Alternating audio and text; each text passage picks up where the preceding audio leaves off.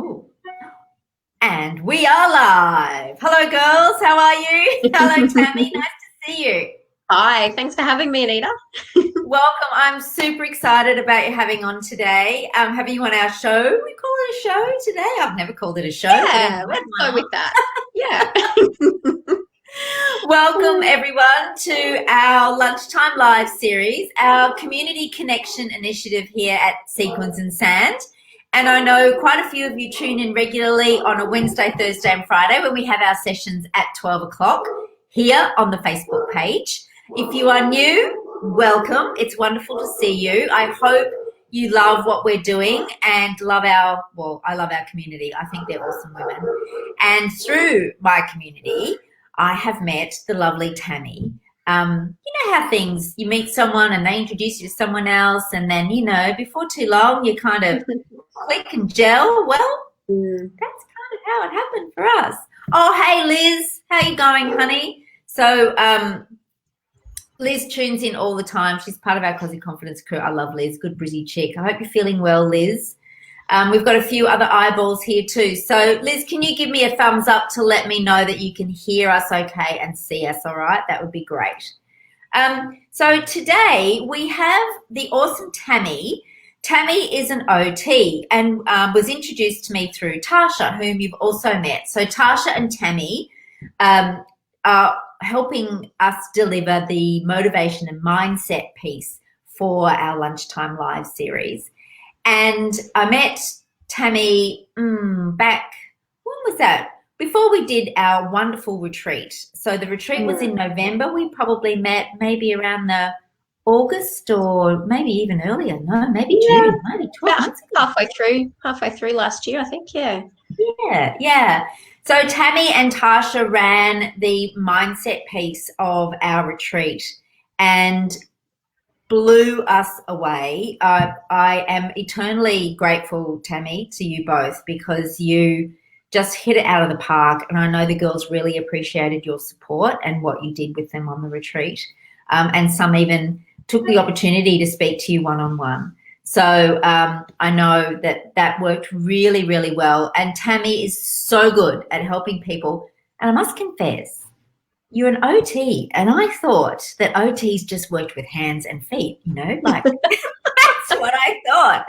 So can you educate people who might be a little bit ignorant like me about what it is that you do? Yeah, sure. So OT stands for occupational therapist, and you're right, there are so many different ways that OT works and in different parts of the community, in hospitals, in schools, in community settings. My particular brand of OT, or my specialty, is mental health. So I'm registered as an OT, and I am also accredited to deliver mental health services under Medicare. So I have a real passion for that emotional well-being, and because you need to be emotionally well to be able to do your activities of daily living. So to be able to work, to be able to connect with people in a meaningful way, and to be able to look after yourself. And that's where today's topic fits right in. Yeah, nice segue. I like that. And I thought you might like to know that your bestie Tasha is tuning in. She's saying Hi, hello. Tash. Hey, Tasha. Hi. Nice to see you. She's the other half. Pardon? She's the other half of the dynamic duo. She can sit back today and relax. Tag team for next week. Yeah. Next time round. Yeah. So how would you like to start us off today around this topic about self-care and keeping our tanks full? Yeah. Well, I thought I'd go through a little bit about what I hope to cover today, is provided I don't talk too much. So that's your job, Anita, is to kind of keep me on track. That's right. But yeah, so first I wanted to just let you know there's some key concepts in why self-care is important, not indulgent, and to help you see that what doing self-care can look like, because I think even myself, we see those words self-care and go, ain't nobody got time for that. But I guess I'm really about how to practically make this work in people's lives. So although I'm not working with anyone one-on-one today, I can give some general ideas about how to individualize it for you. Yep. So yeah, and if you're too busy looking after everyone else to be listening to this today, I would suggest that you are the one that needs it. And promise, I promise I will convince you by the end of the chat today that taking care of ourselves is essential to our survival, not just something nice to do. Yeah, and as you say that word indulgent, and it's almost like that Mm. guilty pleasure, of Mm. going into one too many, caramello koalas or something Yeah, like that at the end of the night.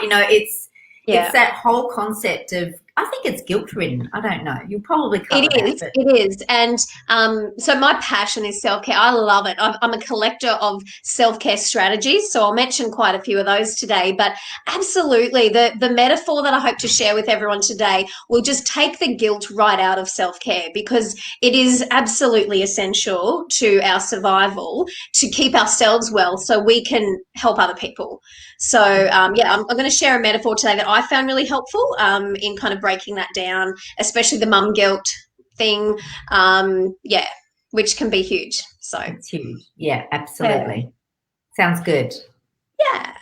So there's three main concepts I wanted to run through today, and I've sourced some of these from like the ideas, I guess, or the framework from Doctors Without Borders, because at the moment we're going through this global pandemic, and Doctors Without Borders, that's how they operate. They're kind of experts in operating in a place that's full of crisis and Yeah. chaos.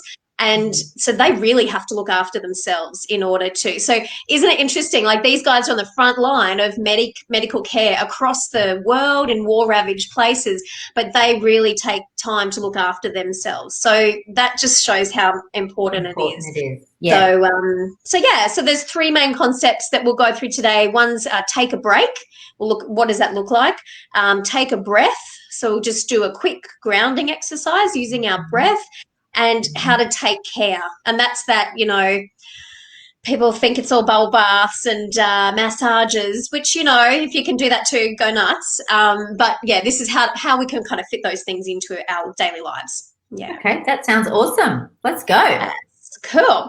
So the first one is about taking a break. So what we know is in a pandemic, in a crisis situation, which we're all living through at the moment in various different ways, it's not the it's not the immediate stress where your body goes into fight and flight. You can cope with that and come back to some kind of equilibrium. But what is the problem is that sustained, you know, arousal level of being heightened all the time. It's exhausting. So the idea of take a break is to, in the middle of your day, in the middle of the busyness, is to make time to get out of the situation. So, and it's hard. I actually did this the other day. A co-worker came and grabbed me and said, "Hey, we're going to go down," because we work near South Bank.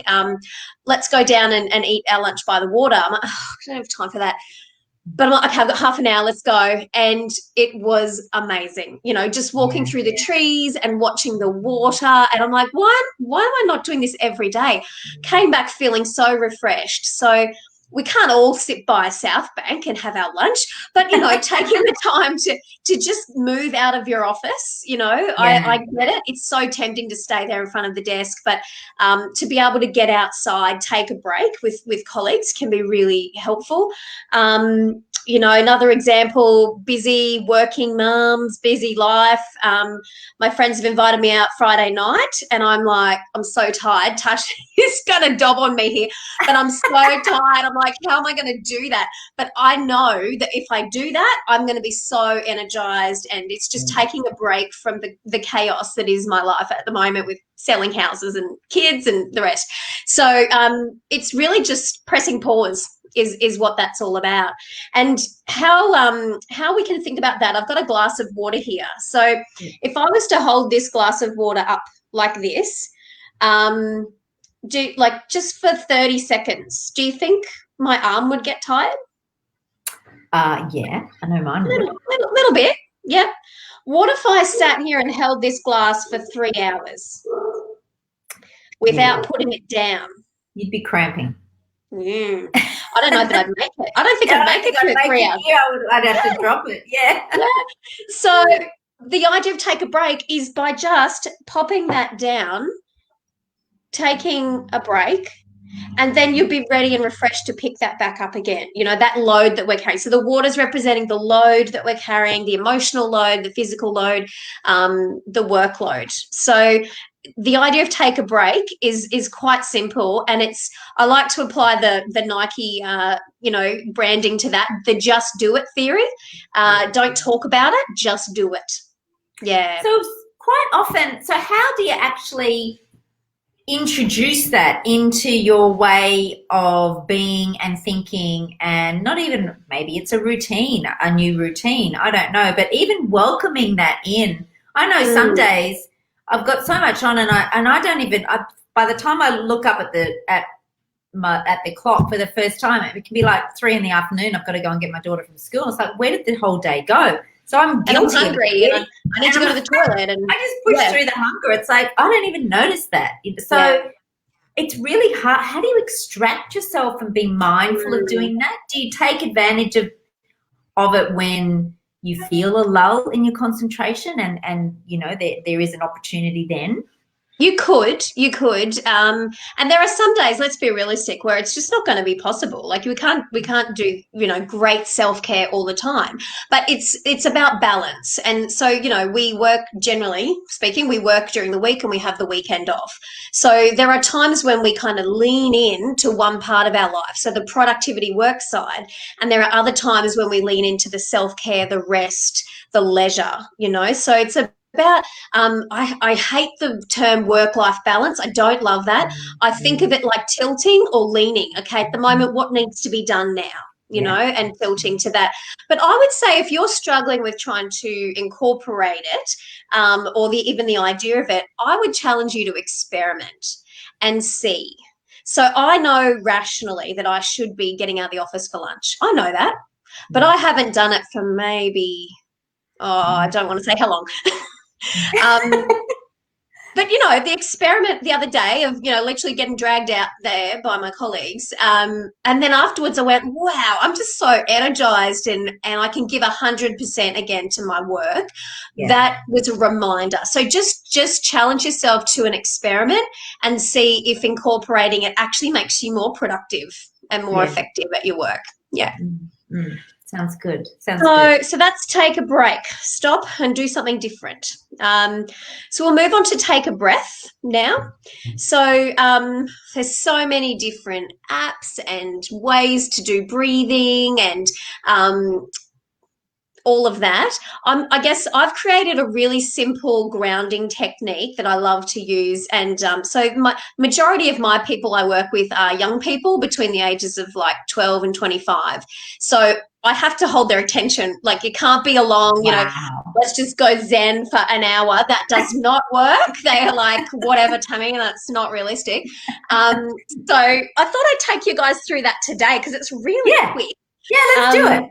Yeah, so the first thing is if you can scrunch up your feet in your shoes or on the floor and push your feet into the floor and make fists with your hands and just notice that tension and then relax. Just let your arms go all floppy and loose, yep. And just notice the relaxation feel. So that's a bit different, right? It feels different. And now we'll concentrate on our breath. So take a slow, deep breath, and what we're looking for here is the out breath to be much longer than the in breath. So just notice what it's doing already and see if you can make it just a bit longer on the out breath. And we want to see not your tummy moving in and out. We don't want to see shoulders moving up and down, and if that's happening, you're doing it right. So and what that does, I'm not going to bore you with the science, but it stimulates the vagus nerve, which shuts off your sympathetic nervous system. So it's like saying to your brain, hey, it's okay, it's all good, we can relax. So you're just directly linking to your brain there. And then just simply look around and notice 5 things you can see. So I'm sitting in my study here and I can see the sky outside. It looks a bit rainy. I can see the blinds, my unicorn pens. I can see my phone, my lamp. And then just notice 5 things you can hear, which sometimes that's a bit trickier. I can hear the workers across the road. I can hear my puppy scratching at the door, wanting to come in. And I can hear the TV. I don't hear my dog barking now. I was going to use that. I was going to just be mindful of whoever's dog that is. Yeah. So we're just accepting it as it is. It's part of the environment. Yeah. So we're tuning in. So after our 5 things we can hear, 5 things you can feel. So that might be like your bottom on the seat. You might be able to feel like I can feel my earrings and my hair on my neck, my warm, snuggly cardigan. I can feel my toes are cold. So you might be able to feel the aircon. So yeah, just becoming aware of what you can feel. So just that simple grounding. So you're starting off with a bit of tension relaxation, moving to the breath and just trying to make that out breath longer. And then 5 things I can see, 5 things I can hear, 5 things I can feel. Now, what do you do if that doesn't work? If you're still distressed, you just do it again. Start at the beginning and go through again until you are calm. Yeah. So it's science. So even if we're not feeling stressed, Tammy, is that, that's another way just to, do it. Every now and then remember to do it. And that's how I get my young people to practice. I get them to put a reminder in their phone while I'm watching them, while they're in with me in the clinic. And so once a day that goes off. And what we're looking for, we're not silly. We know how to follow a routine and we could do that fine. What we're looking for here is your brain and your body getting to be used to the feeling of relaxation. So that's important. Yeah. Yeah, that's a really good point. Yeah. So doing it every day is perfect. But then once you get good at it, obviously in times of distress, that's great. It'll serve you well. Yeah. Yeah. Mm-hmm. So that's the second point. Take a breath.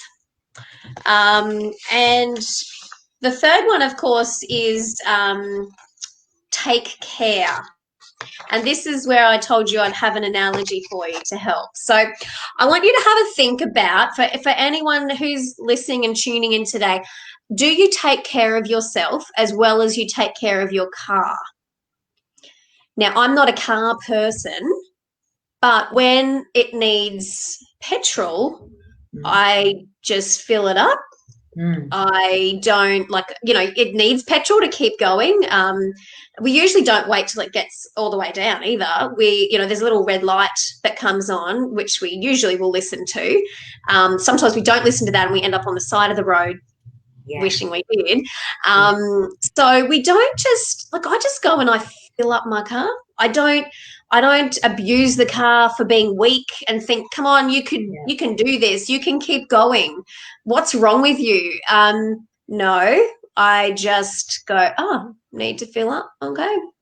I look for the cheapest petrol, but then I will fill up. Got to be practical. So in fact,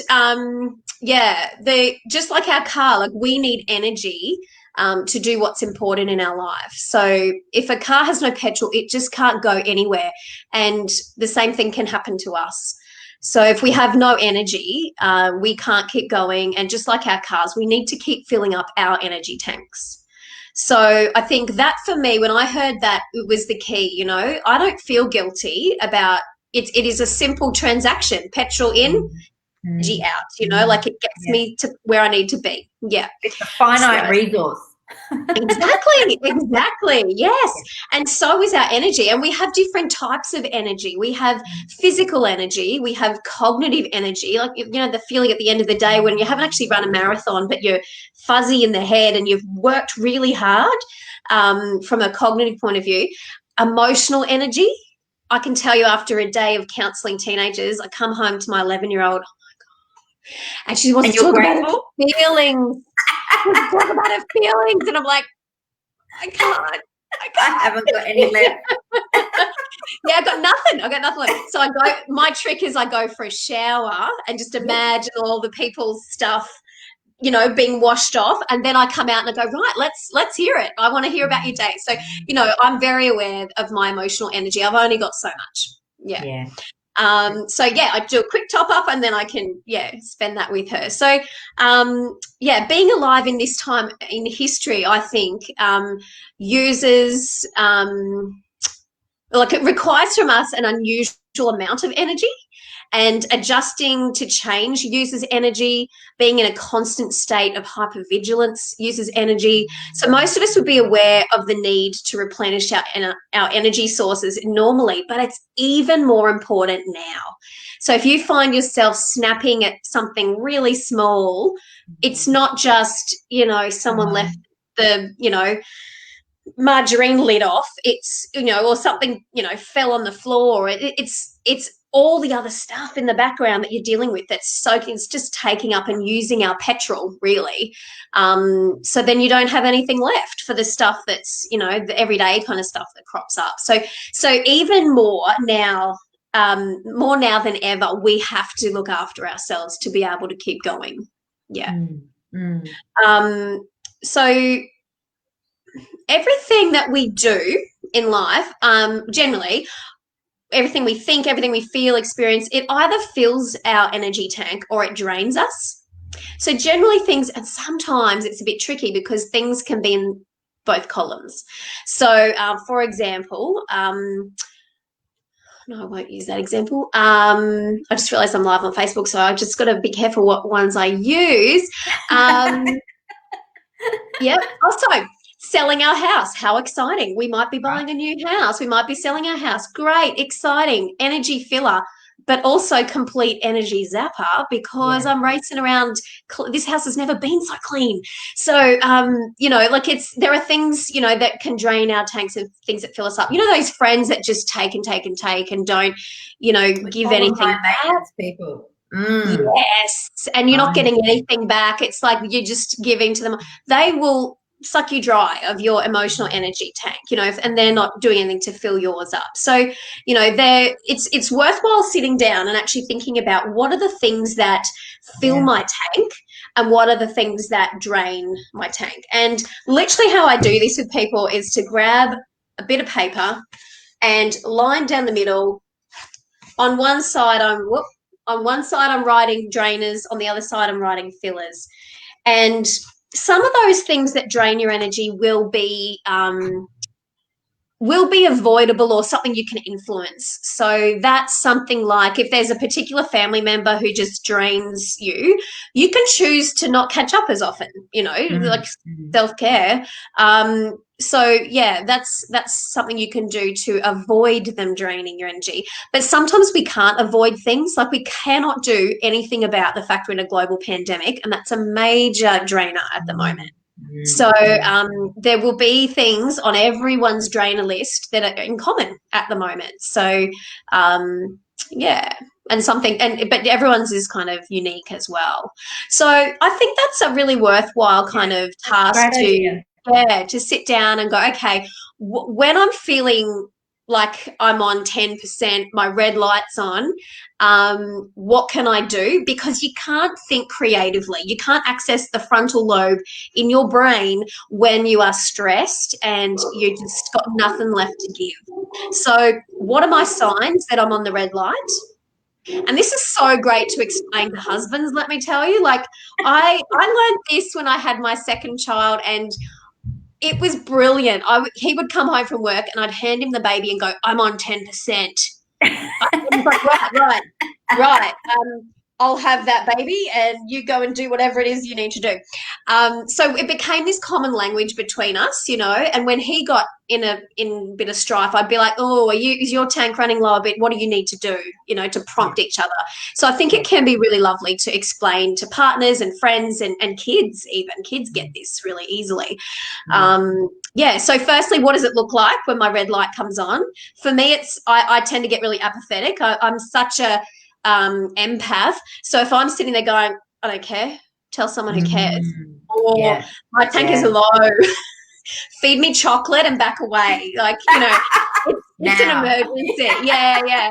But it might be that you're irritable, or it might be that you're trying to hide. You just want to crawl under your doona and not come out. That you will know, and you'll most likely know your partner's red light behaviours and things that you say when you get in that space. So if you've got a list already, you can just go straight to it rather than having to go, oh, I should do something till I fill my energy tank. Oh, I don't know what that is, So The warning does that signs. make sense? Yeah. So it's just a sure balance. does. Yeah. Yeah, absolutely, it does. And we have those conversations in our house. So for my husband, he loves being in the surf, So for him to be able to go for a surf is an immediate recharge. And so when I notice that he's a bit, tank's looking quite empty, how about you go take yourself off for a surf? And even if there's no way, just go for a dive. Go. Get in the ocean, and it's therapeutic. Yeah. And it's so individual. This is why I think, and the work I do with people obviously is, to come up with those lists, but you can do it yourself and be creative and be really mindful that what fills your tank might drain someone else's as well. Yeah. Yep. So I'm a real extrovert. I thrive with people around. I love entertaining. I love having people in my house and going out. My poor husband is an introvert, and that man, I drag him around sometimes on the weekend when he just needs some time to be at home. And, so just being mindful that, what's on one side of your column could be on the other side for someone else. Yeah, and so much of it is awareness, isn't it? And I guess if you start to write things down and give it some focus, then that awareness starts to be more apparent and something that, when you know and when you can identify it, then you can begin to work with it, I guess, a lot more than just being unaware. Yeah, that's right. It's the first step, So even just by thinking about it, even by listening to this today, or whenever you're listening to it, is you're kind of jogging your memory. People know, they know what to do, they know what their body needs, but often there's other competing voices in our heads and literally in our houses. Kids who have immediate needs. But if you keep continually putting yourself at number 13 on the list of to-dos, or not even putting yourself on the list. This is not about me first. This is about me too. I need some time to, and we're modeling that for our children. I'm really conscious of that when they're whinging at me about, why are you going out to meditation and why aren't you? Well, because I need a break. This is something that mum has to do so that I'll be a happy and healthy mum. So I'm modeling for my daughter in years to come that she will do the same thing to look after herself. So I think when you're starting to feel guilty with the mum guilt thing around self-care, you have to remind yourself there are people watching you. There are little people watching, so so that's something that helps.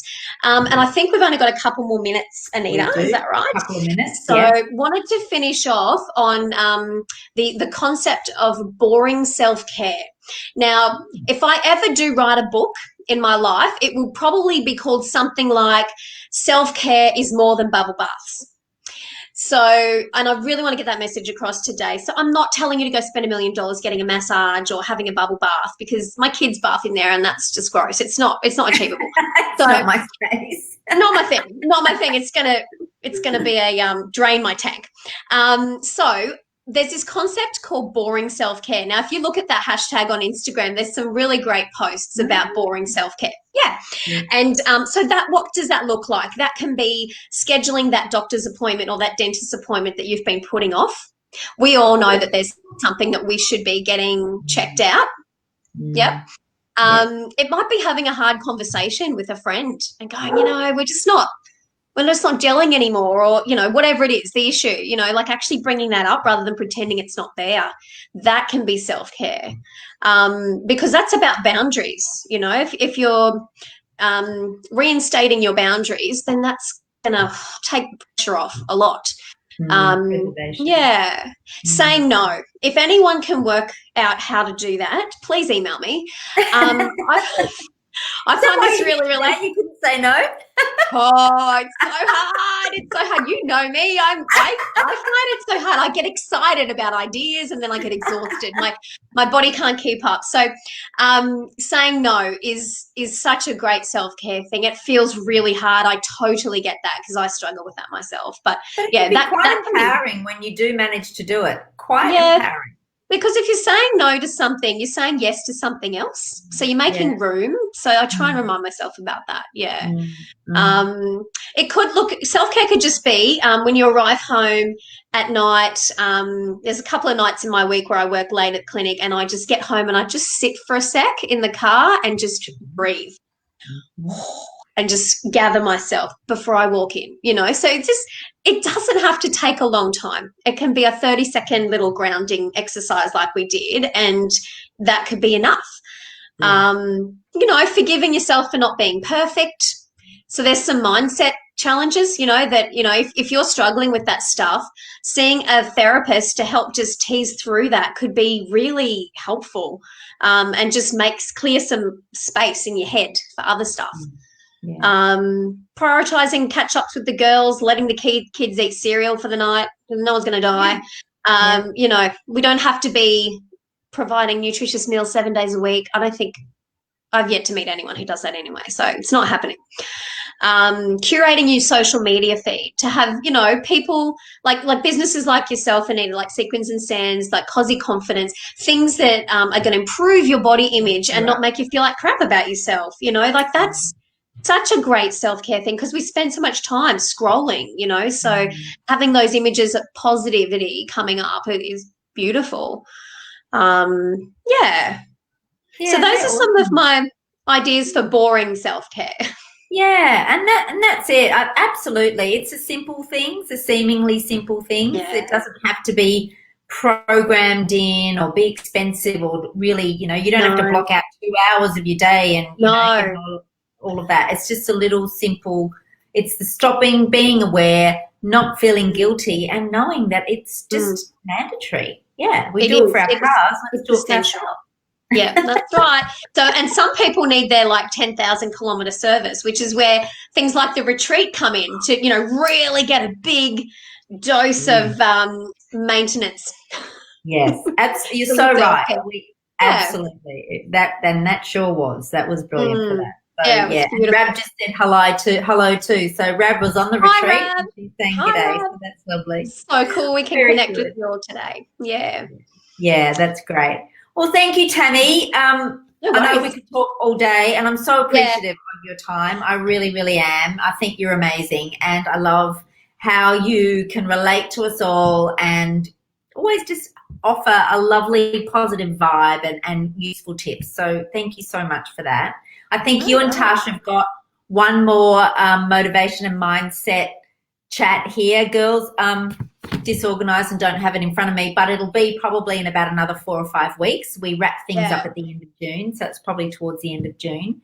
Thank you so much.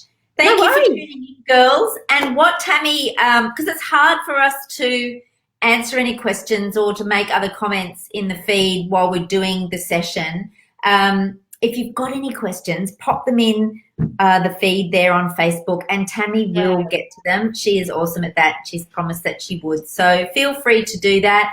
And Tammy, pop a link into where the girls, if they want to have a chat with you, because you do some online chats as well, or want to take things a bit further, then let them know where they can reach you. That would be awesome. Yeah, I've got a website and a Facebook page, so I'll put the links to that down below. Yeah.